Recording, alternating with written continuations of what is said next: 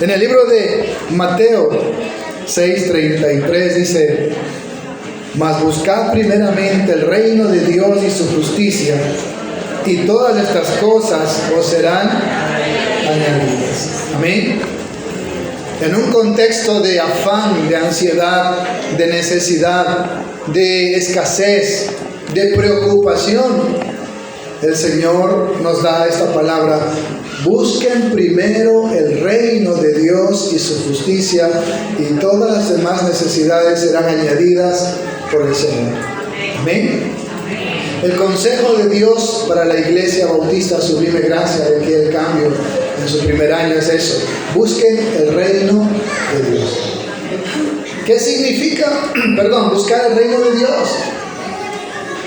Hermanos, a veces nosotros no pensamos en reino.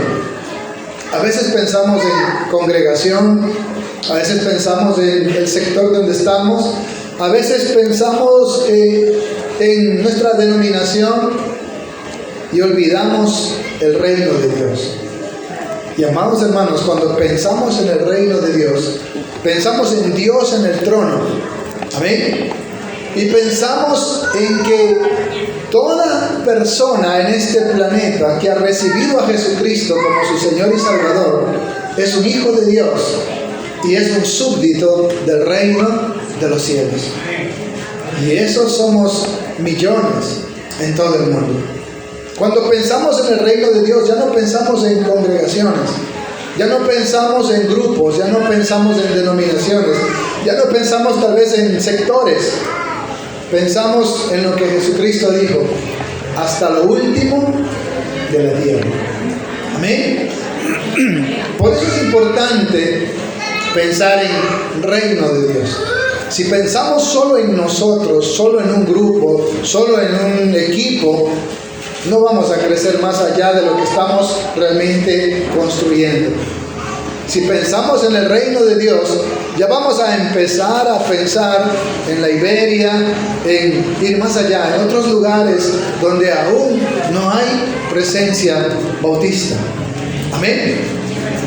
¿Sabe? Y quiero compartir así breve 2 ejemplos de personas que no pensaban en reino, sino pensaban en grupo. Y el primero lo encontramos en el Antiguo Testamento, en el libro de Números, capítulo 11. Números, capítulo 11. Dice desde el versículo 25: entonces Jehová descendió en la nube y le habló, y tomó del espíritu que estaba en él, y lo puso en los 70 varones ancianos. Y cuando posó sobre ellos el espíritu, profetizaron y no cesaron. Y habían quedado en el campamento 2 varones, llamados el uno Eldad y el otro Medad, sobre los cuales también reposó el espíritu. Estaban estos entre los inscritos, pero no habían venido al tabernáculo, y profetizaron en el campamento.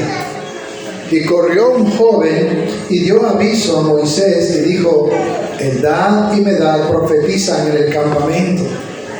Entonces respondió Josué, hijo de Nun, ayudante de Moisés, uno de sus jóvenes, y dijo: Señor mío Moisés, impídelos. Y Moisés le respondió: ¿tienes tú celos por mí? Ojalá todo el pueblo de Jehová fuese profeta, y que Jehová pusiese su espíritu sobre ellos. Y Moisés volvió al campamento, él y los ancianos de Israel. Miren esta historia en el Antiguo Testamento, muy interesante. Moisés se queja ante el Señor de que él ya no puede con la carga de liderar a un pueblo tan grande. Incluso dice: Señor, si yo no lo he concebido, es tu pueblo, pero yo ya no puedo, mejor quítame hasta la vida, bórrame de tu libro, dice. Y el Señor dice: muy bien, yo voy a darte descanso. Vas a traer 70 ancianos y voy a tomar del espíritu que está en ti y voy a poner en ellos. Y vemos que habían inscrito a 70 personas, pero 2 de esas se habían quedado en casa, se habían quedado en el campamento, no habían asistido a esa convocatoria. Pero como habían sido escogidos por el Señor, allí donde se habían quedado, allí recibieron la unción de Dios. Ahí recibieron del Espíritu de Dios. Miren, no fue necesario estar cerca de Moisés. Estaban en el campamento. Y ahora ellos también empezaron a profetizar y empezaron a estar ahí igual que aquellos que habían ido al tabernáculo. Y nunca falta un sapo, decimos en Guayaquil, ¿verdad? ¿Sí? Uno que vio eso y sale con el chisme corriendo a Josué. Y Josué, que era un sufridor, también dice: impídelo, Señor Moisés. Y Moisés dice: ¿qué te pasa? ¿Acaso estás celoso que me quieren serruchar el piso o por mí? No, tranquilo.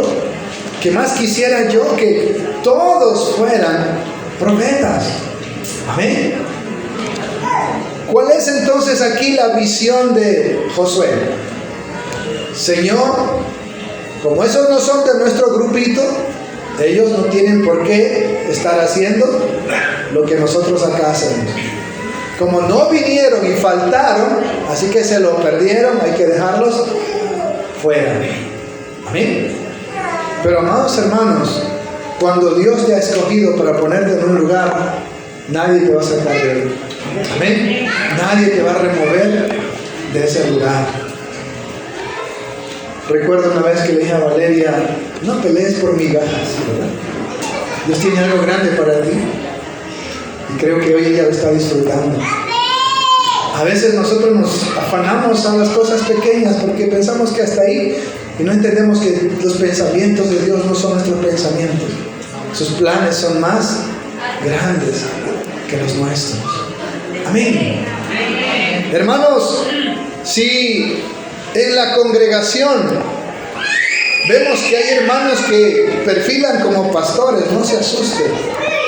Más bien, cójalos a cargo, entrénelos, prepárelos. Porque entonces ellos van a ver que el trabajo no es solo aquí, es el reino de Dios y es hasta lo último de la tierra. La palabra que utiliza Moisés, celo, es el mayor problema que puede haber en un grupo, en una familia, en una congregación. ¿Por qué mató Caín a Abel? Celo. ¿Por qué vendieron a José? Celo. Amén. Entonces, ¿por qué Saúl quería matar a David? Estaba celoso. ¿Sí? Saúl mató a 1000 y David a sus 10,000. Amados hermanos, si en su iglesia empiezan a aparecer 5, 10, 15 con perfil de pastor, no se asuste, dele gloria a Dios y empiece a buscar 5 o 6 lugares donde mandarlos. Prepárenlos. Si en su iglesia aparecen demasiados músicos, no se preocupen, póngale turnos de servicio. Si en su iglesia empiezan a aparecer dones, talentos. Y amados hermanos, cuando hablamos del reino de Dios, a veces las iglesias se convierten en sectas, se sectorizan, se aíslan. ¿Sí? No, somos esta iglesia. No, pero la iglesia es una sola, hermanos, y está regada en todo el planeta. Familias hay muchas, pero iglesia, hay una sola iglesia de Jesucristo, formada por cada uno de los creyentes verdaderos nacidos del Espíritu Santo. Y es así como tenemos que pensar el reino. Somos familia, sí, yo tengo un hermano en Guayaquil, otro por otro lado, y cuando llegamos a la casa de mi madre, todos somos hijos, somos familia, aunque estemos diseminados por diferentes lugares. Así también somos los creyentes. Podemos estar uno en Puerto Bolívar, otro en Pasaje, otro en Santa Rosa, otro en diferentes lugares, pero somos la familia de Dios, somos hijos de Dios, somos los súbditos del reino de Dios y somos hermanos. Así que cuando yo vaya a la iglesia de Santa Rosa, yo estoy yendo a mi iglesia. Amén, pastor. Porque soy hijo de Dios. ¿Y esa iglesia de quién es? De Dios. Cuando el pastor Carlos Peralta va al puerto, él está yendo a su iglesia, y doblemente a su iglesia, porque de ahí salió. ¿Sí? No importa el lugar hasta donde usted vaya, usted no es un visitante. Usted es un hijo de Dios. Usted es la familia de Dios. Así es que tenemos que pensar, hermanos, en reino, no en grupos, no como otros en sectas, no en denominaciones. Esas cosas nos dividen. Cuando pensamos en el reino de Dios y en la familia de Dios, se amplía tanto el mundo. Ya nos empezamos a preocupar ciertamente por los creyentes en Filipinas, ya empezamos a preocuparnos por los que están en otros países pasando necesidad, porque ahora ya pensamos en el reino de Dios. Y ahora ya no estamos viendo solamente el quedarnos aquí, sino que empezamos a buscar hasta lo último de la tierra. Amén. Josué no tenía esa visión del reino. Se pone celoso, dice, impide que profeticen eso, porque ni siquiera vinieron, ¿verdad? Sí, siempre sucede eso, ¿verdad? El apóstol Pablo lo aprendió. No, este Juan Marcos, como es un desertor y se regresó, no lo quiero ni ver ni en pintura. Casi se van hasta de puñetes con Bernabé. Los amigos que eran se separaron. Y Pablo después escribe, tráemelo, porque me es útil para el ministerio. Él entendió, amén, que no tenemos que juzgar nosotros, sino Dios. Y que a veces los que más han caído, o los que más han probado en la derrota, son los que mejor van a conocer el éxito. Amén. Y mientras más desiertos tú has pasado, y mientras más desaciertos has hecho, es cuando Dios más te ha capacitado para trabajar en su obra. Pero nosotros a veces a los que más fallan, ya los empezamos a hacer a un lado. No hagas eso. Déjalos que se vuelvan a equivocar. Porque Dios, cuando nosotros nos equivocamos, Él nos da una palmadita y dice, sigue adelante. Yo estoy contigo donde quiera que vayas. ¿Cuánto le damos un aplauso al Señor? Gloria a Dios. Y ahora vamos a ver un ejemplo en el Nuevo Testamento, porque ya vemos a las 11 minutos. Un ejemplo muy parecido, que fue el que leíamos hace un momento. Marcos capítulo 9, versículo 38. Juan le respondió diciendo, Maestro, hemos visto a uno que en tu nombre echaba fuera demonios, pero él no nos sigue. O sea, no es de nuestro grupito, ¿no?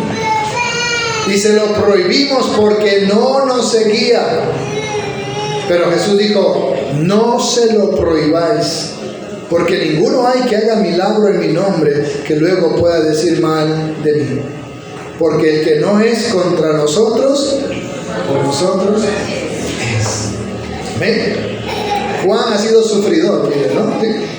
Señor, aquí hay uno que está echando fuera demonios en tu nombre. Se está tomando tu nombre, Señor. ¿Sí? Es como que fuera ahí, qué sé yo, algún hermano de aquí, ¿verdad? Dice, otra iglesia, y dice, yo vengo en nombre del pastor Lewis, ¿verdad? Y se enteran, no, si no le he mandado, ¿por qué se están tomando tu nombre, verdad? ¿Sí? Y el Señor dice, no se lo prohíban, porque si alguien conoce el poder de Dios y ve el poder del nombre de Jesucristo, y ve que en verdad en el nombre de Jesús se echa fuera demonios, jamás podrá decir, Jesús no existe, o Jesús no tiene poder, o Jesús no ha hecho nada. Porque Él lo ha visto, ha testificado el poder de Dios. Es lo que Él está diciendo eso. No se lo impidan. Pero, miren, se repite 2 veces en el versículo 38. Perdón, dice, Él no nos sigue. Se lo prohibimos porque no nos seguía. O sea, no es de mi grupito. Sí. No, como este hermano no es del ministerio de alabanza, vaya para allá. No, usted no es de los diáconos, vaya para allá. Usted no es de las damas, nada de caballeros aquí. De los jóvenes por acá. Y empezamos incluso a tener sectas dentro de la misma iglesia. Porque no pensamos en familia, no pensamos en reino. ¿Ven? No nos sigue. Habrá personas que no van a pensar como tú. La iglesia está constituida por personas, dice Adrian Royer, y las personas somos un problema. Cada persona es un mundo diferente, piensa diferente, amén. Tiene una mentalidad diferente, tiene un contexto de su vida diferente, tiene una cosmovisión diferente de la realidad. Y no siempre va a estar de acuerdo con lo que enseñamos, con lo que predicamos, con nuestra manera de pensar o con las decisiones que tomamos. Pero esa no es razón para prohibirle servir a Cristo o seguir a Jesús. Amén. Tenemos que tomarlo. Una vez había un hombre predicando llamado Apolo, y él predicaba el bautismo de Juan. Pero habían 2 discípulos del apóstol Pablo ahí que se encontraron con él Gracias, hermano. Y se llamaban Priscila y Aquila. Se ha leído, ¿verdad? Gracias, hermano.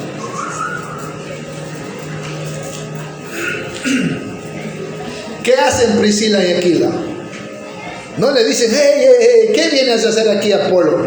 ¿Qué vienes a sembrar aquí tus falsas doctrinas, tus herejías? De aquí. No. Tomaron a Apolos, lo cogieron aparte, se dieron cuenta que era un gran elemento porque era erudito en las Escrituras. Le enseñaron el Evangelio de Jesucristo y luego Apolos fue uno de los más grandes predicadores que andaba diciéndole, Cristo es el Mesías. Es más, muchos atribuyen que podría ser Apolos el escritor de Hebreos. Está entre Pablo y Apolos, que cualquiera de ellos podría ser el autor del libro de Hebreos. No está definido quién escribió el libro de Hebreos. Muchos creen que es Apolos por su erudición y otros creen que es el apóstol Pablo. Amén. Entonces, ellos no lo estigmatizaron, no lo marginaron, no lo relegaron, lo tomaron, le encaminaron y fue de gran ayuda para la iglesia. Amén. No, es que no nos sigue. Habrán personas que no van a simpatizar con tu manera de ser, no van a simpatizar con tu forma de predicar, no van a simpatizar, a lo mejor simpatizan contigo, pero no simpatizan con tu esposa, o qué sé yo. Cualquier defecto tenemos los pastores, pero cuando tú piensas en reino, piensas diferente. Y entiendes que para Dios nadie es desechable. Todos podemos ser usados por Dios. Amén. Porque a todos Él nos creó con un propósito. Amén. Me encanta ese libro, Vida con Propósito. Él te creó con un propósito. Él quiere usar tu vida. Hay otro libro, Mi experiencia con Dios. Te llama a vivir para servir al Señor, porque Él te creó para eso. Y como pastores tenemos que tener claro eso. No podemos desechar a alguien solo porque no piensa como yo.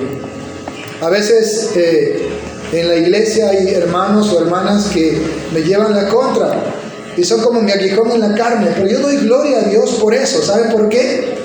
Porque esas hermanitas o esos hermanitos hacen que el guayaco que hay en mí no salga, sino que ande derechito. ¿Sí? Y le doy gloria a Dios por esas hermanas que están ahí, son como aguijones, porque me permiten andar derechito. Amén, son una bendición. En vez de ser un tropiezo, un obstáculo, para mí son una bendición. Es una bendición. Pero no puedo pensar como un expresidente que tuvo más de 10 años dañando el país, que el que no pensaba como él era prensa corrupta o era otra cosa, y lo mandaban a dar baile, ¿sí? O matar, como a Gabela y a otros. No pensaban como él, eran oposición, prensa corrupta, y querían que todos piensen como él. Eso es imposible. Cada ser humano piensa diferente, es un mundo diferente. Dios nos creó únicos, como Dios es único. Y en medio de esa diversidad, si solo ponemos la mirada en Cristo, es posible la unidad. Amén. En medio de esa diversidad, en Cristo puede haber unidad. Como dice el apóstol Pablo, que ustedes estén perfectamente unidos en una misma mente y en un mismo parecer. Y eso solo es posible cuando tenemos la mente de Cristo. Y Cristo no piensa en congregaciones, Cristo no piensa en ciudades, Cristo no piensa en aldeas, Cristo no piensa en grupitos, Él piensa en reino. Y ese reino dice hasta lo último de la tierra. Amén. Y ese es el deseo del Señor para Sublime Gracia y para todas las iglesias que estamos hoy aquí, para todas las familias, porque hay una sola iglesia. No quiero contradecirme. Para todas las familias en Cristo que estamos aquí, pensemos en el reino de Dios. Busquemos primeramente el reino de Dios. Que nuestro enfoque evangelístico sea el reino de Dios. Que nuestro enfoque discipular sea el reino de Dios. Que nuestra coinonía o compañerismo sea el reino de Dios. Que el servicio sea el reino de Dios. Aquí vemos a los músicos de diferentes congregaciones. No están pensando, no, yo solo toco en mi iglesia. Están pensando en reino. Cuando participan todos para la misma iglesia, aunque la diferente familia. Amén. No, es que no nos sigue. O como José, ¿verdad? Josué. No, es que él no vino acá a la reunión, así que se quede fuera, ¿verdad? No pensemos así. Pensemos en que Dios tiene planes y propósitos. Y que a veces las ovejas más negras, a veces de ahí salen pastores. Lo digo por mí, yo era la oveja negra de mi casa y en la iglesia, ¿no? Y Dios me usó. Y a veces los más difíciles, Pablo dice, yo soy como un abortivo, que no soy digno de ser llamado apóstol, porque yo perseguía a la iglesia, era un blasfemo y los obligaba a blasfemar.